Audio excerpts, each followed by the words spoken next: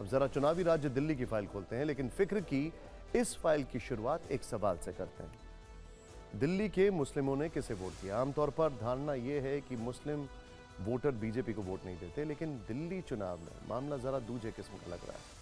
All India इमाम association के chief मौलाना साजिद रशीदी ने दावा किया है कि अपनी जिंदगी में पहली बार उन्होंने बीजेपी को वोट दिया है। उनके इस बयान ने चुनावी पंडितों को चौंका दिया। खुद मौलाना साजिद रशीदी ने कल वीडियो जारी करके दावा किया। एक बार सुनिए उन्होंने क्या कहा, फिर आपको आंकड़ों के आधार पर दिल्ली में मुस्लिम वोटर्स वाली पूरी पिक्चर दिखाएंगे।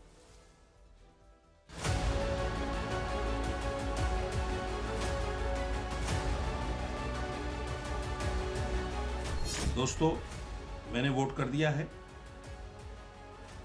दिल्ली में किसकी सरकार बने इसके लिए, और मैंने ये वोट किसको किया है आपको सुनकर बड़ा आश्चर्य होगा। मैंने ये वोट भारतीय जनता पार्टी को किया है।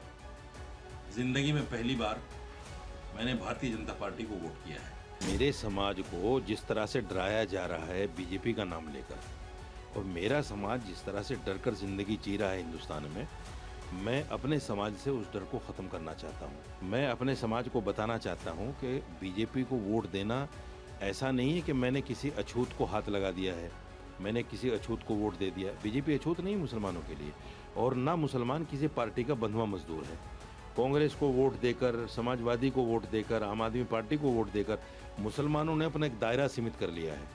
और आज कांग्रेस, समाजवादी, आम आदमी पार्टी मुसलमानों को अपना बंधुआ मजदूर समझती है कि ये तो जा ही नहीं सकते, बीजेपी को तो ये वोट ही नहीं दे सकते। जब तक ये परसेप्शन नहीं टूटेगा, देश से नफरत खत्म नहीं हो सकती। और अब आते हैं मुस्लिम वोटरों पर। ऐसा माना जाता है कि दिल्ली में मुस्लिम वोटर डिसाइडिंग फैक्टर होते हैं।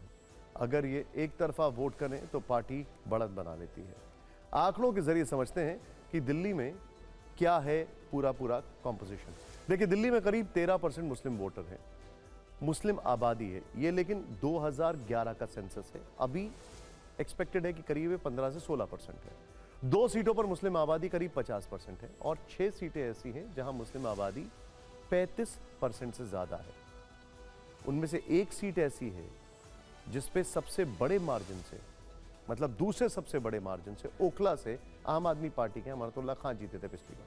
2020 में 35% मुस्लिम आबादी वाली सभी 6 सीटें आम आदमी पार्टी ने जीती। एक का एग्जाम्पल मैंने आपको दे दिया।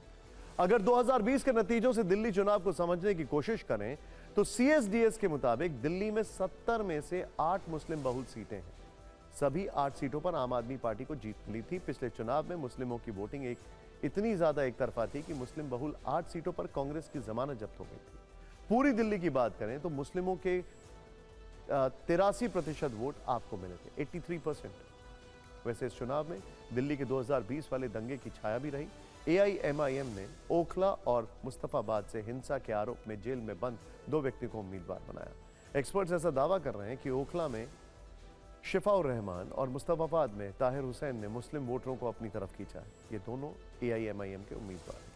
अगर दंगों वाली सीटों का हिसाब समझें तो दिल्ली की सभी 70 सीटों पर भले ही 60.44% वोटिंग हुई हो, लेकिन सबसे ज्यादा 66.25% मतदान नॉर्थ ईस्ट दिल्ली जिले में रहा।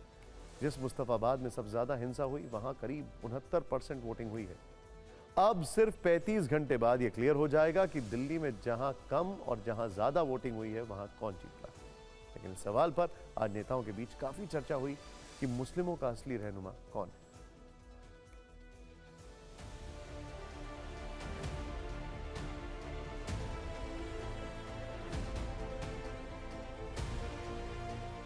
ये सरकार ना मुसलमानों के लिए है, ना हिंदुओं के लिए है, ना किसी और धर्म और जाति के लिए है। ये लोग सिर्फ और सिर्फ बड़े बड़े उद्योगपतियों के लिए सरकार चलाते हैं। यदि धर्मवाद, जातवाद और क्षेत्रवाद ना हो और पूर्वाग्रह से ग्रसित लोग ना हो, तो केंद्र सरकार की कल्याणकारी योजनाएं जो मोदी जी की हैं और राज्य की योजनाएं और राज्य का लॉ एंड ऑर्डर से लाभान्वित लोग यदि अपने परिवार सहित बीजेपी को वोट दे दें तो बीजेपी सभी सीटों पर चुनाव जीत जाए। 100 के 100% लोग एक से नहीं हो सकते, लेकिन ये अफसोस है सबका साथ सबका विकास करने वाले बीजेपी वो भी तो सोचे। अगर कुछ मुसलमान उन्हें वोट दे रहे हैं तो क्यों नहीं सोचते वो मुसलमान के बारे में, क्यों मुसलमान के खिलाफ काम करते हैं। सभी के मन में एक बात आ गई थी कि दिल्ली रहने लायक शहर नहीं बचा है, और यदि दिल्ली को बचाना है तो एक अवसर भारतीय जनता पार्टी को देना पड़ेगा।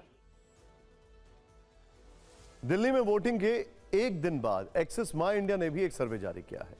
वैसे तो इसमें सभी जाति और वर्ग के वोट शेयर दिए गए हैं। अनुमान लगाया गया है कि इस चुनाव में सबसे ज्यादा 48% वोट बीजेपी को मिल सकता है, जबकि आम आदमी पार्टी को 42% और कांग्रेस को 7% वोट मिलने का अनुमान है।